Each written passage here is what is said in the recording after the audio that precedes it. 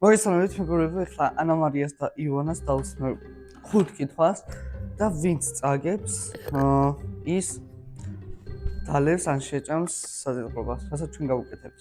პირველი კითხვა, 10 სანთელი არის ოთახში, 3 ჩაქრა, რამდენი სანთელი დარჩა ოთახში? 7. 10.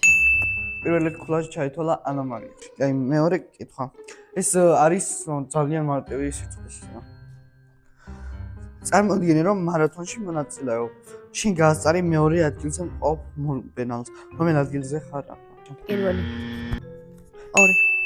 აი, სწორი პასუხი 2 და არის მეორე ადგილზე ანა მარია. ავარიაში მამა და შვილი მოხვდნენ. მამა ადგილზე გარდაიცვალა, შვილი კი საოპერაციოში გადაიყვანეს. ქირურგმა პაციენტს შეხედა და თქვა: "მე მას ოპერაციას ვერ გავუკეთებ, ის ჩემი შვილია." როგორ არის ეს შესაძლებელი? ჩემი პასუხი არის ბავშვს ორი მამა ყავს. სწორი პასუხია, რომ ეს ქირურგი იყო ბავშვის დედა. ზოგ თვეს 31 დღე აქვს, ზოგს 30. რამდენ თვეს აქვს 28 დღე? დაწერეთ. რამდენ თვეს აქვს 28 დღე? აი, ივანა პასუხი მithani? არც ერთს. ყველას. სწორი პასუხია ყველას. 3-0 ივანას აღარ აქვს მოგების შანსი, ამიტომ. მოიგო ანა მარია.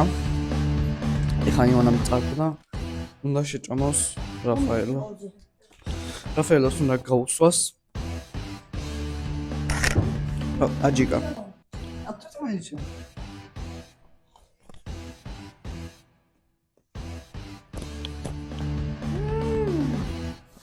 მოგეწონა?